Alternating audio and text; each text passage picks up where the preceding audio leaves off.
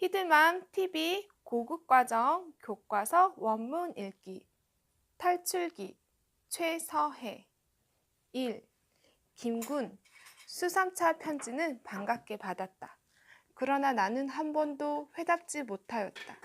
물론 군의 충정에는 나도 감사를 드리지만 그 충정을 나는 받을 수 없다. 박군, 나는 군의 탈가를 찬성할 수 없다. 음험한 이역의 늙은 어머니와 어린 처자를 버리고 나선 군의 행동을 나는 찬성할 수 없다. 박군, 돌아가라. 어서 집으로 돌아가라. 군의 부모와 처자가 이역 노두에서 방황하는 것을 나는 눈앞에 보는 듯 싶다. 그네들이 의지할 곳은 오직 군의 품밖에 없다.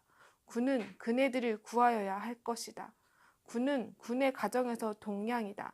동량이 없는 집이 어디 있으랴?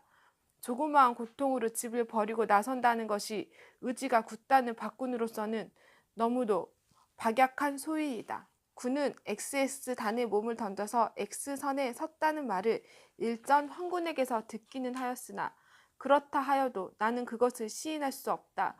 가족을 못 살리는 힘으로 어찌 사회를 건지랴. 박군, 나는 군이 돌아가기를 충종으로 바란다. 군의 가족이 사람들 발 아래서 짓밟히는 것을 생각할 때 군의 가슴이 늘 어찌 편하랴. 김군, 그는 이러한 말을 편지마다 썼지. 나는 군의 뜻을 잘 알았다. 내 사랑하는 나의 가족을 위하여 동정하여 주는 군에게 내 어찌 감사치 않으랴. 정다운 벗의 충고에 나는 늘 울었다. 그러나 그 충고를 들을 수 없다. 듣지 않는 것이 군에게는 고통이 될는지 분노가 될는지 나에게 있어서는 행복일는지도 알 수 없는 까닭이다. 김군, 나도 사람이다. 정의가 있는 사람이다. 나의 목숨 같은 내 가족이 유린받는 것을 내 어찌 생각지 않으랴. 나의 고통을 제3자로서는 10,000분의 1이라도 느낄 수 없을 것이다. 나는 이제 나의 탈가한 이유를 군에게 말하고자 한다. 여기에 대하여 동정과 비난은 군의 자유이다. 나는 다만 이러하다는 것을 군에게 알릴 뿐이다. 나는 이것을 군이 아니면 다른 사람에게라도 알리지 않고는 견딜 수 없는 충동을 받는 까닭이다. 그러나 나는 단언한다. 군도 사람이거니 나의 말하는 것을 부인치는 못하리라. 2. 김군, 내가 고향을 떠난 것은 5년 전이다. 이것은 군도 아는 사실이다. 나는 그때의 어머니와 아내를 데리고 떠났다. 내가 고향을 떠나 간도로 간 것은 너무도 절박한 생활에 시든 몸이 새 힘을 얻을까 하여 새 희망을 품고 새 세계를 동경하여 떠난 것도 군이 아는 사실이다. 간도는 천부금탕이다. 기름진 땅이 흔하여 어디를 가든지 농사를 지을 수 있고 농사를 잘 지으면 쌀도 흔할 것이다. 산림이 많으니 나무 걱정도 될 것이 없다. 농사를 지어서 배불리 먹고 뜨뜻이 지내자. 그리고 깨끗한 촉 하나 지어놓고 글도 읽고 무지한 농민들을 가르쳐서 이상촌을 건설하리라. 이렇게 하면 간도의 황무지를 개척할 수도 있다. 이것이 간도 갈 때의 내 머릿속에 그리웠던 이상이었다. 이때 나는 얼마나 기뻤으랴. 두만강을 건너고 오랑캐령을 넘어서 망망한 평야와 산천을 바라볼 때 청춘의 내 가슴은 이상의 불길에 탔다. 구수한 내 소리와 헌헌한 내 행동에 어머니와 아내도 기뻐하였다. 오랑캐령에 들어서니 서북으로 쏠려오는 봄 세찬 바람이 어찌나 뺨을 갈기는지. 에그 춥구나. 여기는 아직도 겨울이로구나. 어머니는 수레 위에서 이불을 뒤집어 썼다. 무얼요? 이 바람을 많이 맞아야 성공이 올 것입니다. 나는 가장 씩씩하게 말하였다. 이처럼 나는 기쁘고 활기로웠다. 3.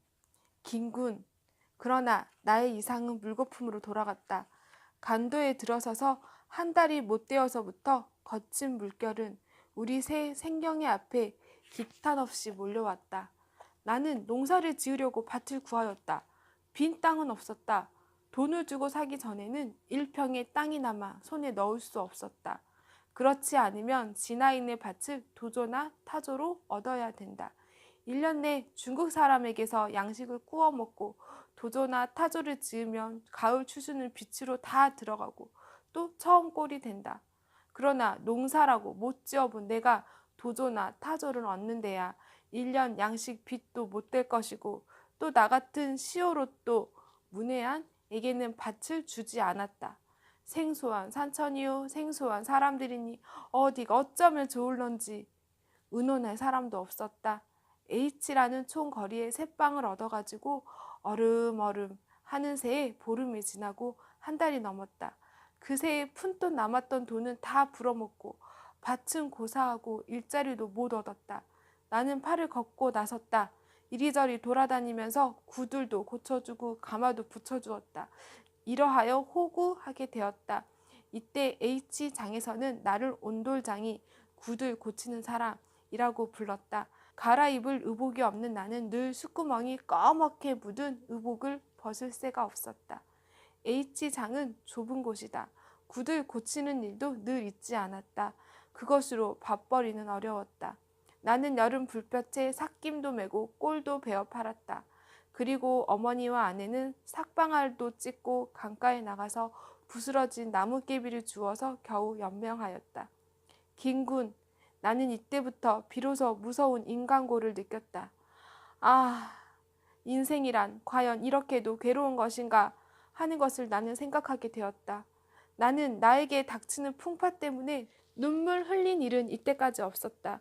그러나 어머니가 나무를 줍고 젊은 아내가 삭방아를 찧을 때 나의 피는 끓었으며 나의 눈은 눈물에 흐려졌다. 에구, 차라리 내가 드러누워 앓고 있지. 내 괴로워하는 꼴은 차마 못 보겠다.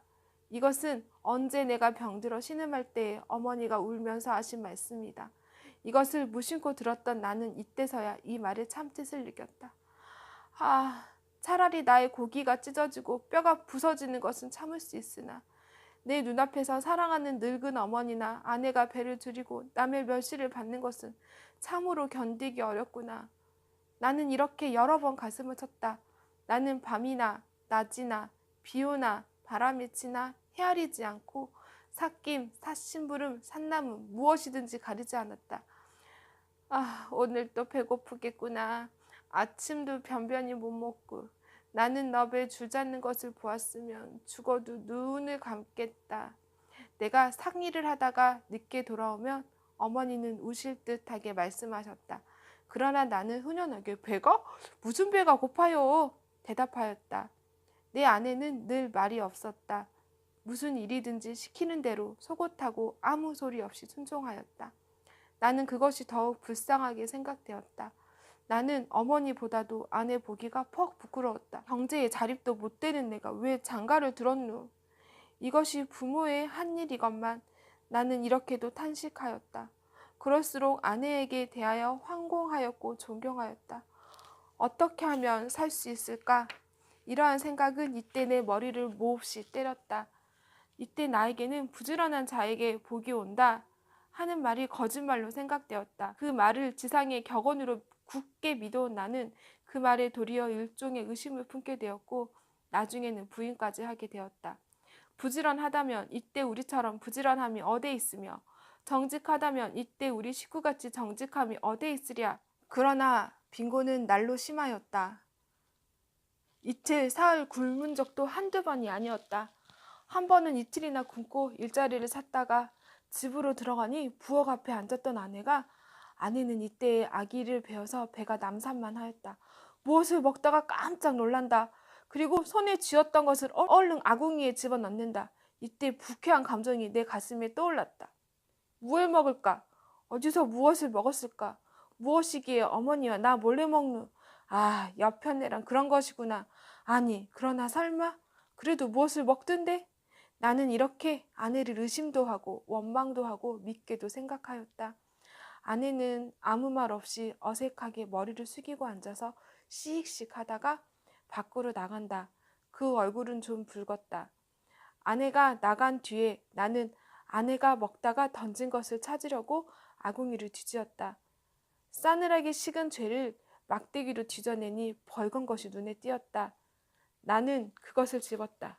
그것은 귤 껍질이다. 거기는 배 먹는 잇자국이 났다. 귤 껍질을 쥔 나의 손은 떨리고 잇자국을 보는 내 눈에는 눈물이 괴었다. 김군, 이때 나의 감정을 어떻게 표현하면 적당할까? 오죽 먹고 싶었으면, 오죽 배가 고팠으면 길바닥에 내던진 귤 껍질을 주워 먹을까? 더욱 몸비제는 그가 아, 나는 사람이 아니다. 그러한 아내를 나는 의심하였구나. 이놈이 어찌하여 그런 아내에게 불평을 품었는가? 나 같은 간악한 놈이 어디 있으랴? 내가 양심이 부끄러워서 무슨 면목으로 아내를 볼까? 이렇게 생각하면서 나는 느껴가며 눈물을 흘렸다. 귤껍질을 쥔 채로 이를 악물고 울었다. 야, 어째 우느냐? 일어나거라. 우리도 살 때 있겠지. 늘 이렇게 했느냐? 하면서 누가 어깨를 친다. 나는 그것이 어머니인 줄 알았다. 나는 아이고 어머니 나는 불효외다 하면서 어머니의 발을 안고 자꾸자꾸 울고 싶었다. 그러나 나는 아무 소리 없이 가슴을 부둥켜 안고 밖으로 나왔다. 내가 왜 우노? 울기만 하면 무엇하나? 살자, 살자. 어떻게든지 살아보자. 내 어머니와 내 아내도 살아야 하겠다. 이 목숨이 있는 때까지는 벌어보자. 나는 이를 갈고 주먹을 쥐었다. 그러나 눈물은 여전히 흘렀다. 아내는 말없이 울고 섰는 내 곁에 와서 손으로 치마끈을 만져거리며 눈물을 떨어뜨린다.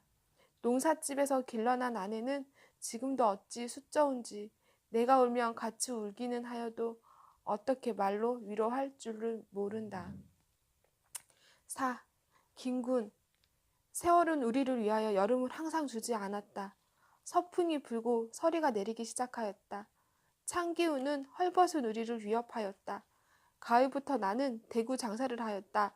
3원을 주고 대구 10마리를 사서 등에 지고 산골로 다니면서 콩과 바꾸었다. 그러나 대구 10마리는 등에 질 수 있었으나 대구 10마리를 주고 받은 콩 10마리는 질 수 없었다. 나는 하는 수 없이 3, 40나 되는 곳에서 두 마씩 사흘 동안이나 지어왔다. 우리는 10말 되는 콩을 자본 삼아 두부 장사를 시작하였다. 아내와 나는 진종일 맷돌질을 하였다. 무거운 맷돌을 돌리고 나면 팔이 뚝 떨어지는 듯 하였다. 내가 이렇게 괴로울 적에 해산한 지 며칠 안 되는 아내의 괴로움이야 어떠하였으랴. 그는 늘 낯이 부석부석 하였었다. 그래도 나는 무슨 불평이 있는 때면 아내를 욕하였다. 그러나 욕한 뒤로는 곧 후회하였다. 콧구멍만한 부엌방에 가마를 걸고 맷돌을 놓고 나무를 들이고 의복 가지를 걸고 하면 사람은 겨우 비비고 들앉게 된다. 뜬김에 문창은 떨어지고 벽은 눅눅하다. 모든 것이 후줄근하여 의복을 입은 채 미지근한 물속에 들어앉은 듯 하였다. 어떤 때는 애써 갈아놓은 비지가 이 뜬김 속에서 쉬어버린다. 두부물이 가마에서 몹시 끓어 번질 때에 우유빛 같은 두부물 위에 버터빛 같은 노란 기름이 엉키면 그것은 두부가 잘 될 징조다. 우리는 안심한다. 그러나 두부물이 희멀금해지고 기름기가 돌지 않으며 거기만 시선을 쏘고 있는 아내의 낯빛부터 굴러가기 시작한다. 초를 쳐보아도 두부발이 서지 않고 매캐지근하게 풀어질 때에는 우리의 가슴은 덜컥한다. 아, 또 쉰게로구나. 저를 어쩌누. 젖을 달라고 빽빽 우는 어린아이를 안고 서서 두부문만 들여다보시던 어머니는 목맨 말씀을 하시면서 우신다. 이렇게 되면 온 집안은 신선하여 말할 수 없는 음울, 비통, 처참, 소조한 분위기에 쌓인다. 너 고생한 게 애달구나. 팔이 부러지게 갈아서. 그거 팔아서 장을 보려고 태산같이 바랬더니. 어머니는 그저 가슴을 뜯으면서 운다. 아내도 울 듯 울 듯이 머리를 숙인다. 그 두부를 판대야 큰돈은 못 된다. 기껏 남는 데야 20전이나 30전이다. 그것으로 우리는 호구를 한다. 20전이나 30전에 어머니는 운다. 아내도 기운이 준다. 나까지 가슴이 바짝바짝 조인다. 그날은 하는 수 없이 쉰 두부물로 때를 애우고 지낸다. 아이는 젖을 달라고 밤새껏 빽빽거린다. 우리의 살림에 어린 것도 귀치는 않았다. 5. 울면서 겨자 먹기로 괴로운 대로 또 두부를 하지 않으면 안 된다. 그러나 이번에는 뗄나무가 없다. 나는 낫을 들고 떠난다. 내가 낫을 들고 떠나면 산후 여독으로 신음하는 아내도 낫을 들고 말없이 나를 따라 나선다. 어머니와 나는 굳이 만류하나 아내는 듣지 않는다. 내 손으로 하는 나무 것만 마음 놓고는 못한다. 산 임자에게 지키면 여간한 경을 치지 않는다. 그러므로 우리는 황혼이면 산에 가서 도적나무를 하여 지고 밤에 깊어서 돌아온다. 아니는 이고 나는 지고 캄캄한 밤에 산비탈로 내려오다가 발이 미끄러지거나 돌에 채면 나는 곤두박질을 하여 나무짐 속에 든다.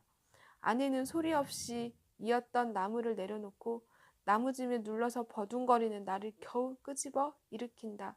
그러나 내가 나무짐을 지고 일어나면 아내는 혼자 나무단을 이지 못한다. 또 내가 나무짐을 벗고 아내에게 이어주면 나는 추워주는 이 없이는 나무짐을 질 수 없다.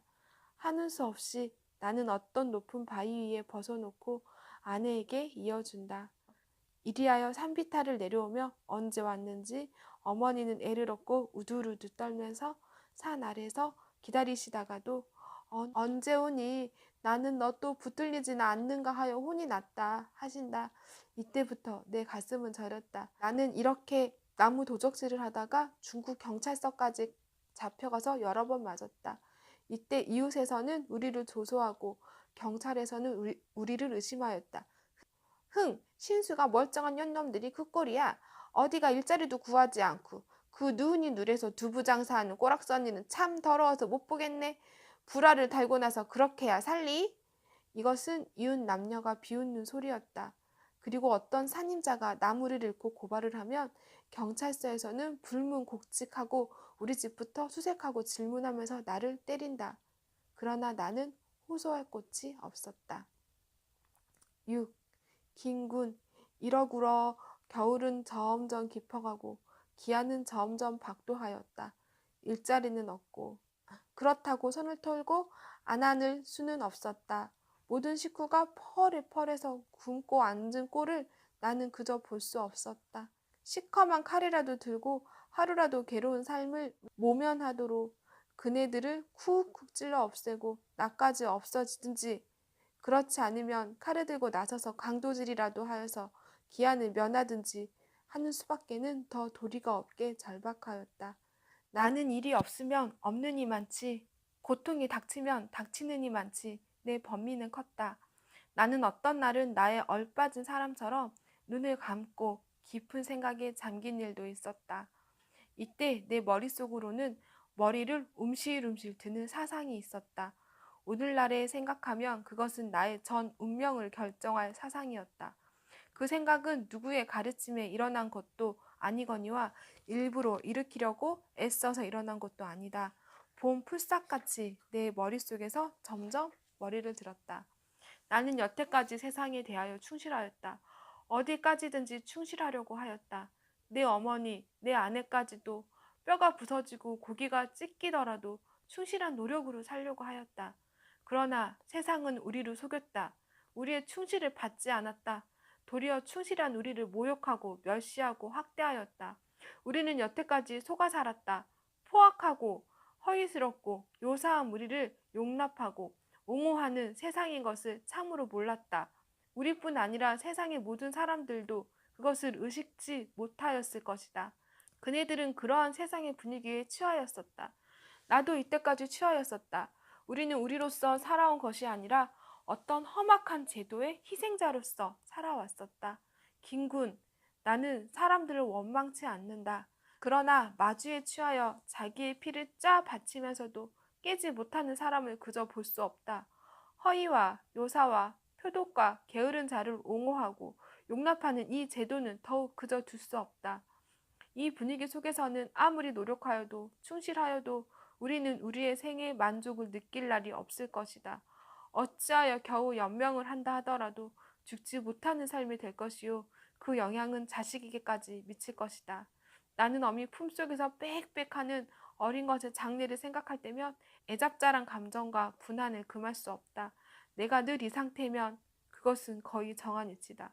그에게는 상당한 교양은 고사시하고 다리 밑이나 남의 집 문간에 버리게 될 터이니 아, 삶은 받은 한 생명을 죄 없이 찌그러지게 하는 것이 이 어찌 애답지 않으며 분치 않으랴.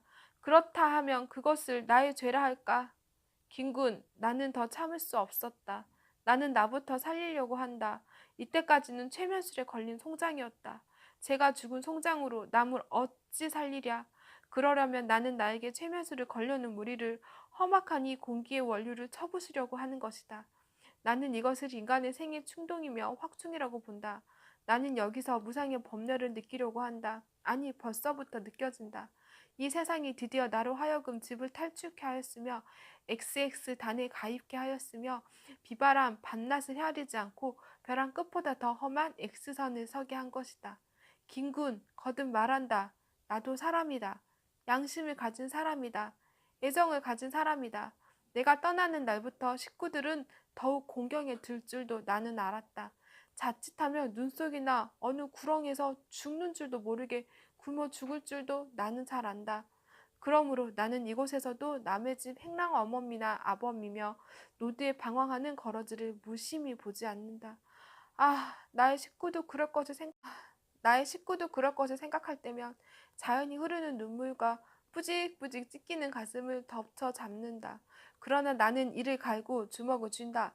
눈물을 아니 흘리려고 하며 비애에 상하지 않으려고 한다. 울기에는 너무도 때가 늦었으며 비애에 상하는 것은 우리의 박약을 너무도 표시하는 듯 싶다. 어떠한 고통이든지 참고 분투하려고 한다. 김군, 이것이 나의 탈가한 이유를 대략 적은 것이다. 나는 나의 목적을 이루기 전에는 내 식구에게 편지도 하지 않으려고 한다. 그네가 죽어도 내가 또 죽어도 나는 이러다가 성공 없이 죽는다 하더라도 원한이 없겠다. 이 시대, 이 민중의 의무를 이행한 까닭이다. 김구나, 말은 다하였으나 정은 그저 가슴에 넘치누나. 최서해 1901년부터 1932년 한북 성진 출생. 불우한 가정에서 태어나 어려서부터 품팔이, 나무장수, 두부장수 등 밑바닥 생활을 체험했습니다. 1924년 등단하였습니다. 이 탈출기는 살 길을 찾아 간도로 이주한 가난한 가족의 눈물겨운 참상을 박진감 있게 묘사한 작품인데 신경향파 문학의 대표작으로 평가받습니다. 다른 작품으론 홍영, 박돌의 죽음, 해돋이 등이 있습니다.